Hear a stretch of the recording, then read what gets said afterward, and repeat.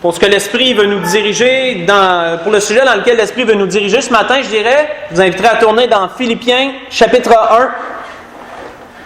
Nous allons lire à partir du verset 27. Dans l'Épître aux Philippiens, chapitre 1, à partir du verset 27. L'Esprit a ciblé encore un sujet très, très précis ce matin dans lequel il veut nous diriger et il veut nous faire le tour de ce sujet. Pour introduire, nous allons lire quelques versets dans chaque chapitre. Je vais vous guider tout au cours de la lecture. Dans chaque chapitre de l'Épître aux Philippiens, nous allons parcourir cette épître et nous allons lire quelques versets dans chaque chapitre pour introduire ce que l'Esprit veut nous donner ce matin. Juste avant, quand nous regardons le contexte de cette épître, le contexte dans lequel l'apôtre Paul écrivait à cette église, nous voyons que l'apôtre Paul était en prison à Rome lorsqu'il a écrit à cette église. L'apôtre Paul a pris le temps d'écrire plusieurs épîtres lorsqu'il était en prison, profiter de ces moments-là où il ne pouvait plus faire d'autres activités parce qu'il était dans une geôle pour continuer son œuvre dans le Seigneur en encourageant les églises autour. Nous voyons qu'il a écrit, entre autres, la lettre aux Éphésiens en prison, la lettre aux Colossiens, la lettre à Philémon et cette lettre-là aux Philippiens. Et dans ces lettres, vous pouvez reconnaître qu'il était en prison parce qu'il se nommait lui-même le prisonnier dans le Seigneur. Cette phrase revient souvent au travers de ces 4 épîtres que je vous ai mentionnées. Il était prisonnier pour la cause du Seigneur. C'est pour ça qu'il se disait ce prisonnier dans le Seigneur. Mais pour le sujet, si nous revenons au sujet, nous avons vu le contexte, si nous revenons au sujet dans lequel l'Esprit veut nous diriger, commençons notre lecture, Philippiens chapitre 1, excusez-moi, à partir du verset 27. Seulement, disait-il, conduisez-vous d'une manière digne de l'évangile de Christ, afin que, soit que je vienne vous voir, soit que je reste absent, j'entendre dire de vous que vous demeurez ferme dans un même esprit, combattant d'une même âme pour la foi de l'Évangile. Arrêtons là. Allons au chapitre 2, lisons le verset 1 et le verset 2. Si donc, disait-il, chapitre 2, versets 1 et 2, si donc il y a quelque consolation en Christ, s'il y a quelque soulagement dans l'amour, s'il y a quelque communion d'esprit, s'il y a quelque compassion et quelque miséricorde, rendez ma joie parfaite, ayant un même sentiment, un même amour, une même âme, une même pensée. Allons dans le chapitre 3, lire le verset 15 et le verset 16. Nous tous, donc, qui sommes des hommes parfaits, ayons cette même pensée. Et si vous êtes en quelque point d'un autre avis, Dieu vous éclairera aussi là-dessus. Seulement, au point où nous en sommes parvenus, marchons d'un même pas. Finalement, chapitre 4, le verset 2. J'exhorte Évodie et j'exhorte Syntyche à être d'un même sentiment dans le Seigneur. Nous allons arrêter là. Quand nous regardons tous ces versets, frères et sœurs, que nous avons puisés dans chaque chapitre de cette épître aux Philippiens, nous voyons que malgré que l'apôtre Paul a abordé plusieurs sujets pour cette Église, il y avait un même thème qui revenait au travers de tous ces écrits, c'était l'unité, frères et sœurs. L'unité. Lorsque nous regardons ce que l'unité veut dire, selon le dictionnaire, l'unité va dans plusieurs sens. Et l'Esprit veut vraiment nous faire parcourir et nous faire capter pleinement ce mot. Un mot, frères et sœurs, qui est essentiel pour l'Église du Seigneur, surtout dans les temps où on est rendu. Quand nous regardons une première définition de ce mot, l'unité, caractère de ce qui est commun à plusieurs. Maintenant, si nous analysons ce que nous avons lu jusqu'à présent, qu'est-ce que nous voyons? Nous voyons qu'il est dit de demeurer ferme dans un même esprit. C'est quoi l'unité? Caractère de ce qui est commun à plusieurs. Lorsque plusieurs personnes pensent une même chose, ils sont dans l'unité. On a vu demeurer ferme dans un même esprit. Je reprends les thèmes vides comme ça. Combattre d'une même âme, qu'il disait dans un autre endroit. Avoir un même sentiment, un même amour, une même âme, une même pensée. Marcher d'un même pas. Être d'un même sentiment dans le Seigneur. Toutes ces choses que nous avons lues, tous ensemble, vous pouvez facilement reconnaître qu'elles font partie de l'unité. Ce qui est commun à plusieurs personnes en même temps. Lorsque nous regardons, frères et sœurs, l'histoire de cette Église, comment cette Église a-t-elle été fondée par l'apôtre Paul? Il y a des choses intéressantes, frères et sœurs, dans sa fondation qui nous révèlent pourquoi ce sujet était si d'actualité pour eux, pourquoi était-il si nécessaire.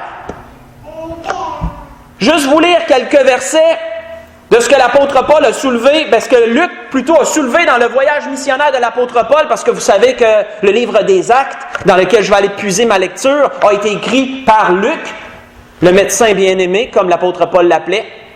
Et il a dit à propos du voyage missionnaire de Paul, dans cette ville qui était Philippe, il a dit ceci. « Étant partis de Troas, nous fîmes voile directement vers la Samothrace. Et le lendemain, nous débarquâmes à Néapolis. De là, nous allâmes à Philippe, qui est la première ville d'un district de Macédoine et une colonie. Nous passâmes quelques jours dans cette ville. » Qu'est-ce qui nous est dit premièrement à propos de cet endroit?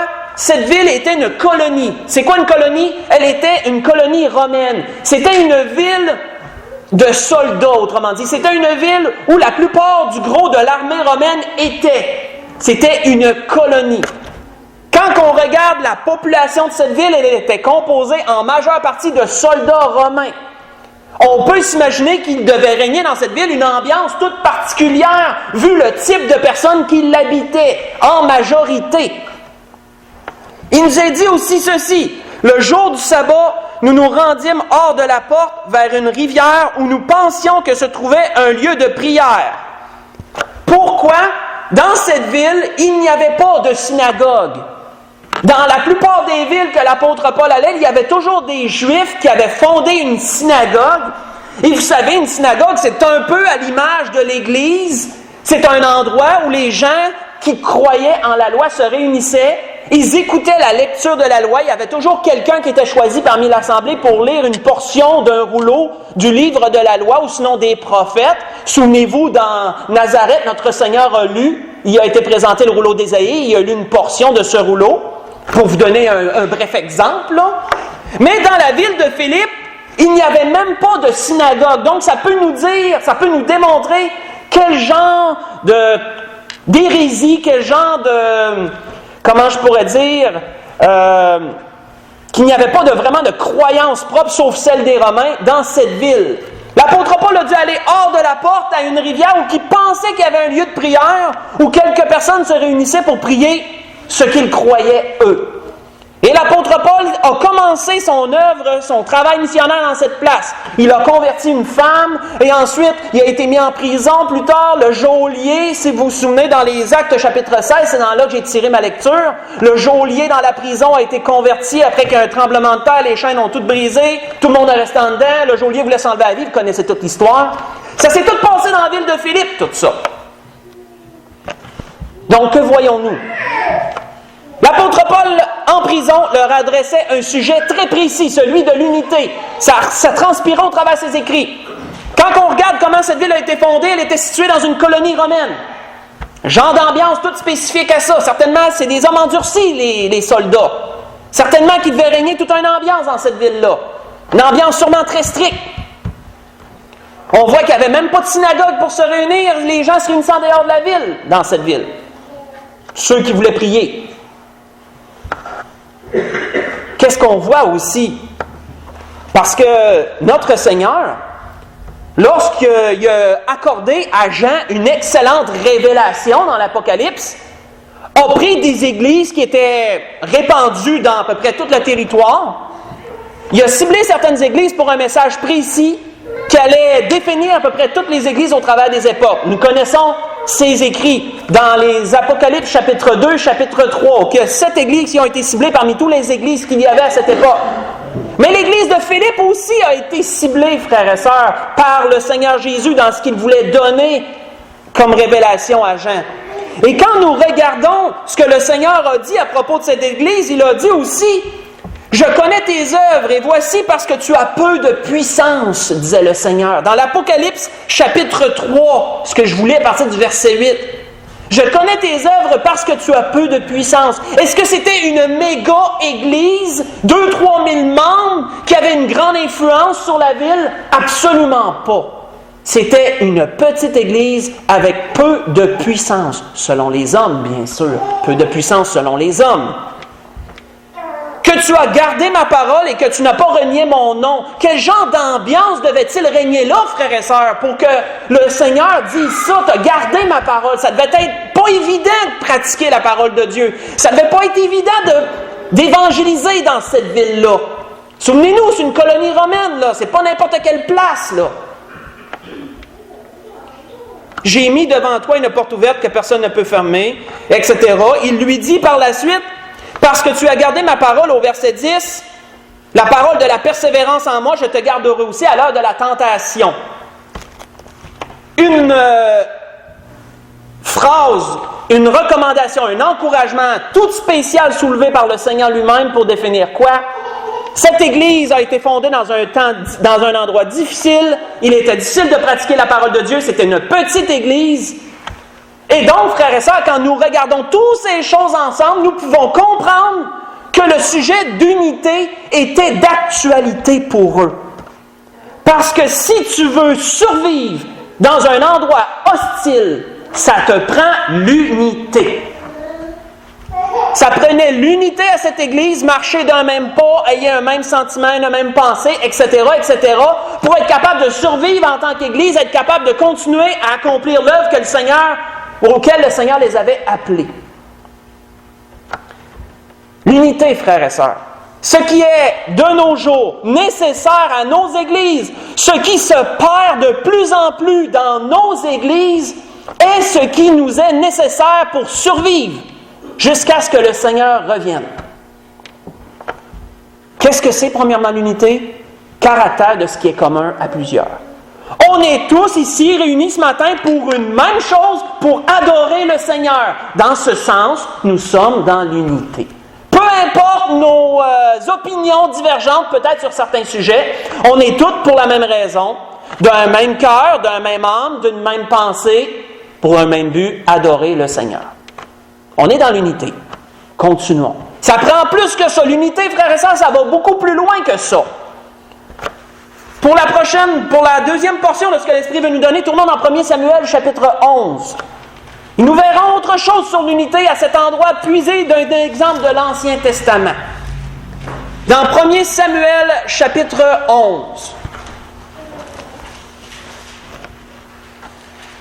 Nous allons prendre un exemple, nous allons faire ressortir ce que l'Esprit veut nous donner, et ça va nous donner une grande image, c'est quoi l'unité, entre autres. Que c'est pas seulement ce qui est commun à plusieurs, ça va plus loin que ça, l'unité. Pour vous mettre dans le contexte du 1 Samuel chapitre 11, Saül avait été désigné comme prochain roi d'Israël, mais n'était pas encore entré dans ses fonctions, si on peut dire ça comme ça. Il est encore en train de labourer ses champs, les champs de son père ou les siens, peu importe, avec les bœufs et tout.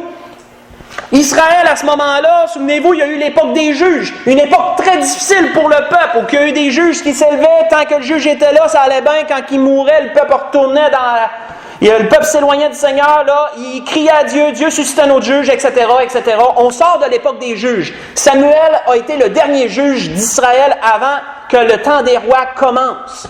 Parce qu'il y a des temps dans la parole. Et on voit, entre autres, à ce moment-là, que le peuple est encore aux prises avec un ennemi, Nachash, l'Ammonite. On voit que le peuple d'Israël, une certaine portion du peuple, Galaad, les territoires de Galaad, étaient aux prises avec cet ennemi. Et Galaad voulait faire la paix avec cet ennemi-là. Il ne voulait pas la guerre avec lui. Mais ce roi leur a dit, si vous voulez que je fasse la paix avec vous, je vais tout vous crever l'œil droit. Si vous me laissez vous humilier comme ça, là je vais faire la paix. On en convient que la paix coûtait cher pour le peuple d'Israël s'il désirait la paix avec ce roi. Autrement dit, il ne la voulait pas vraiment. Ça veut à peu près dire ça.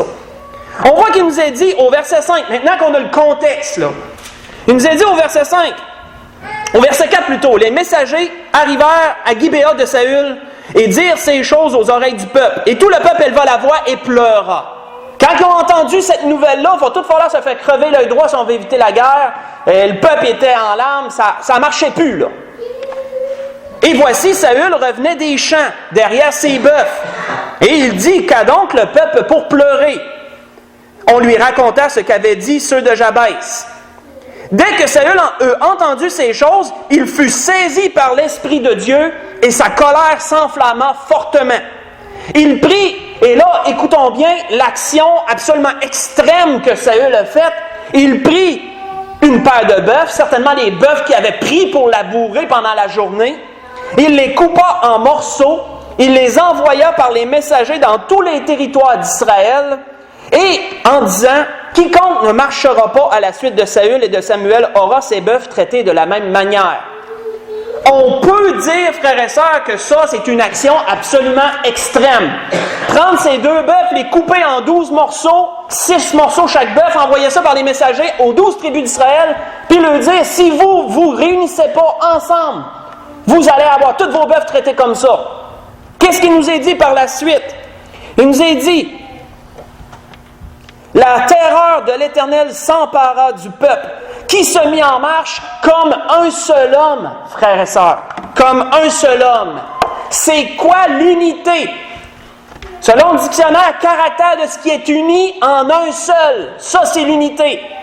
Quand tout le monde, un groupe, se réunissent dans un même lieu, c'est l'unité, ça aussi.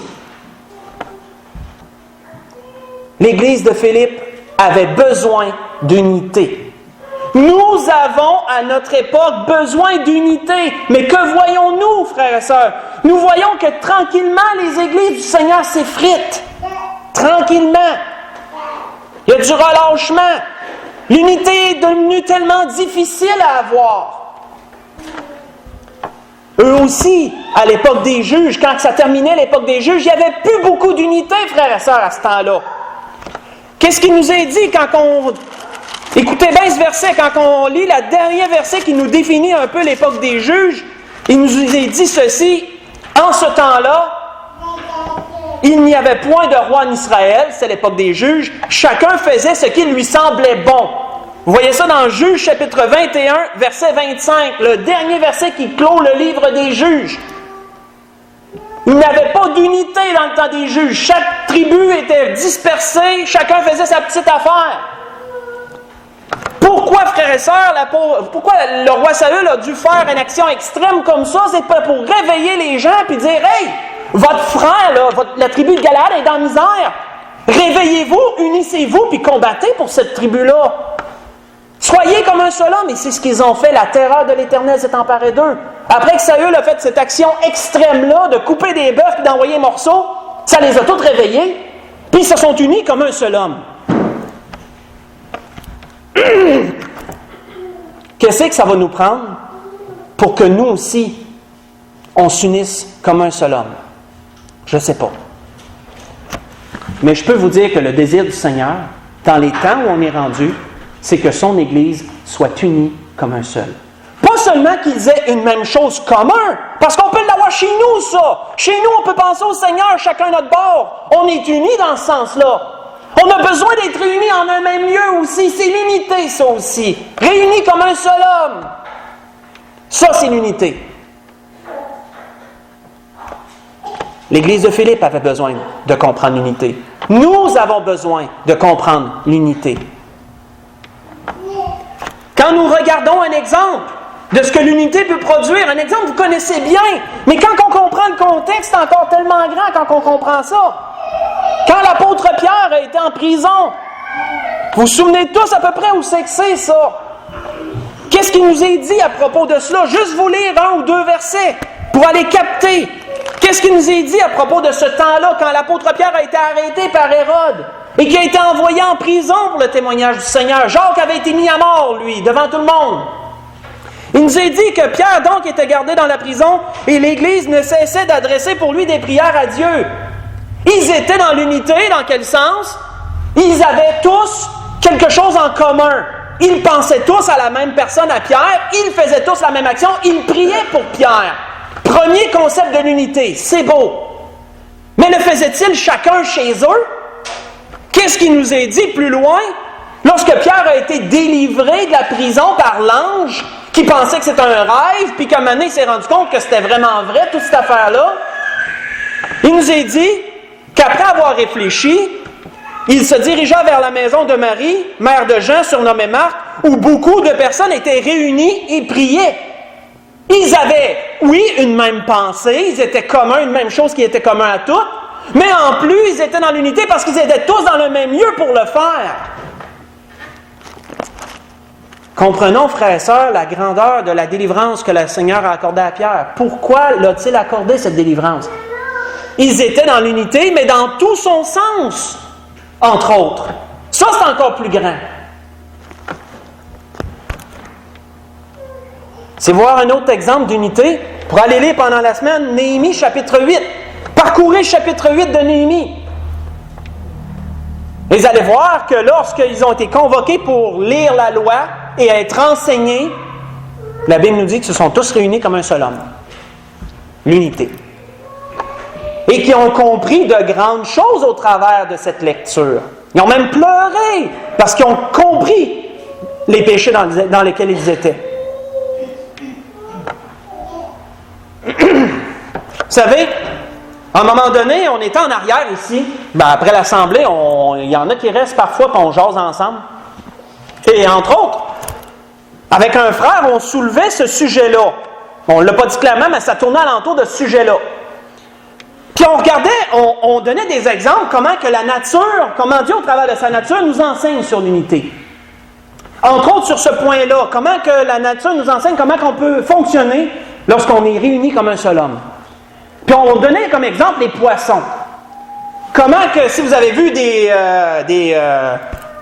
comment ça, Colin, j'ai les mots qui m'échappent. Dites-moi les pas, mais j'ai le mot qui m'échappe. Des reportages, là, à propos des animaux, là, quand il y a quelque chose à propos des animaux.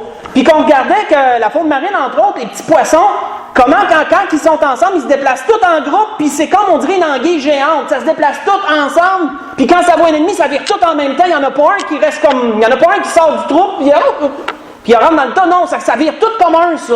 Ça fonctionne tout en collectivité comme si c'était un seul. Ça, c'est l'unité.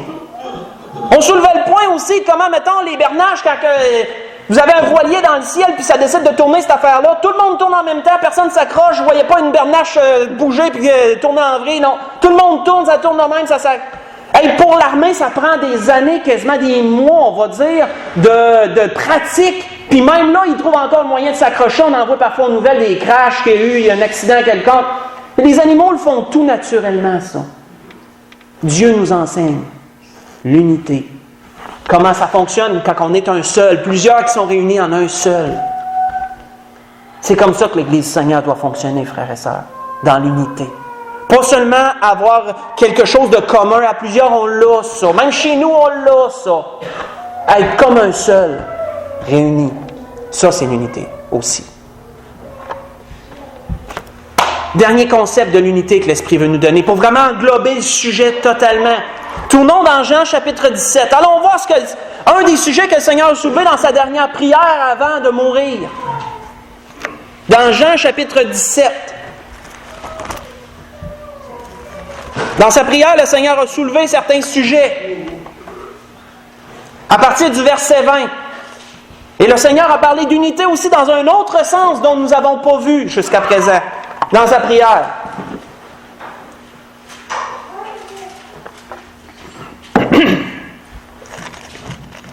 Dans Jean chapitre 17, à partir du verset 20, ce n'est pas pour eux seulement que je prie, mais encore pour ceux qui croiront en moi par leur parole. C'est qui ça? C'est nous autres aujourd'hui. C'est ceux v'là 50 ans, c'est ceux v'là 100 ans. C'est tous ceux qui ont suivi le témoignage des apôtres après leur mort. La parole s'est propagée, ça s'est rendu jusqu'à nous, et ça nous concerne. Pour nous, le Seigneur priait déjà lorsqu'il s'en allait au jardin de Gethsémani. Il priait déjà pour nous. Afin que tous soient un, comme toi, Père, tu es en moi, comme je suis en toi, afin qu'eux aussi soient un en nous.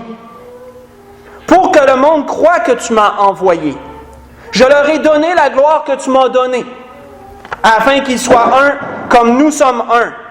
Moi en eux, toi en moi, afin qu'ils soient parfaitement un. Et que le monde connaisse que tu m'as envoyé et que tu les as aimés comme tu m'as aimé. C'est quoi, frères et sœurs, l'unité aussi? Caractère de ce qui forme un tout indivisible, qui ne peut être séparé.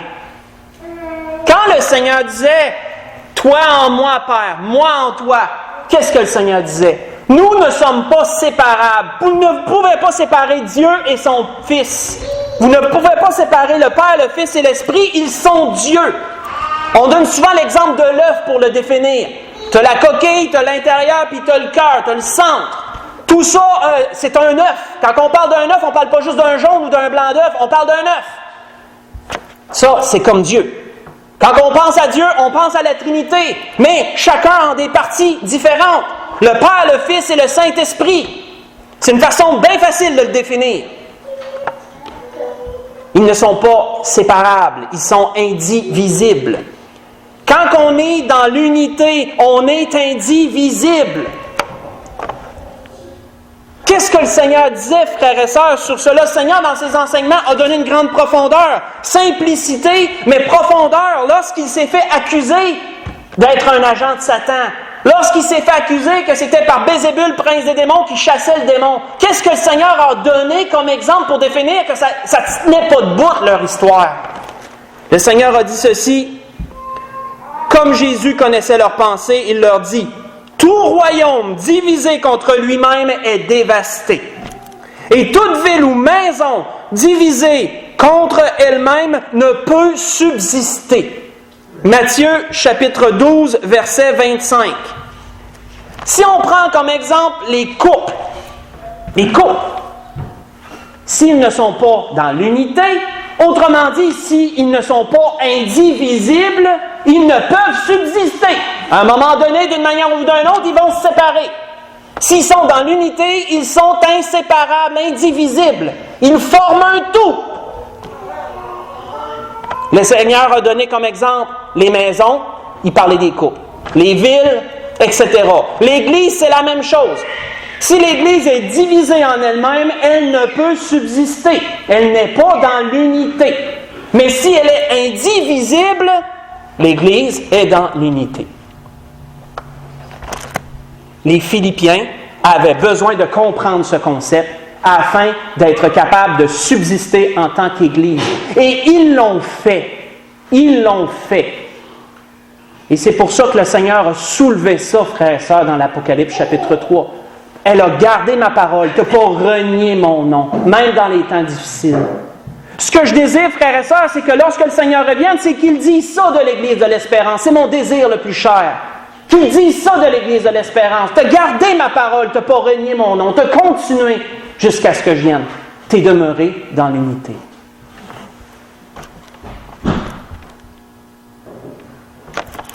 Pour conclure, tournons dans le livre aux Éphésiens. L'Esprit nous rappelle ce matin ce sujet, frères et sœurs, qui est encore d'actualité pour nous. Et tellement d'actualité quand on est dans un temps où il y a eu tellement de séparation d'Église, dans un temps où ça a tellement brassé dans l'œuvre du Seigneur.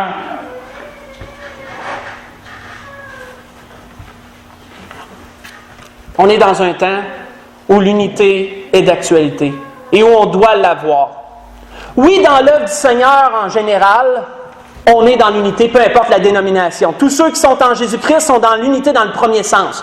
Ils sont tous dans un même sentiment, ils ont toute une même cause. Ils sont là pour la gloire de Dieu.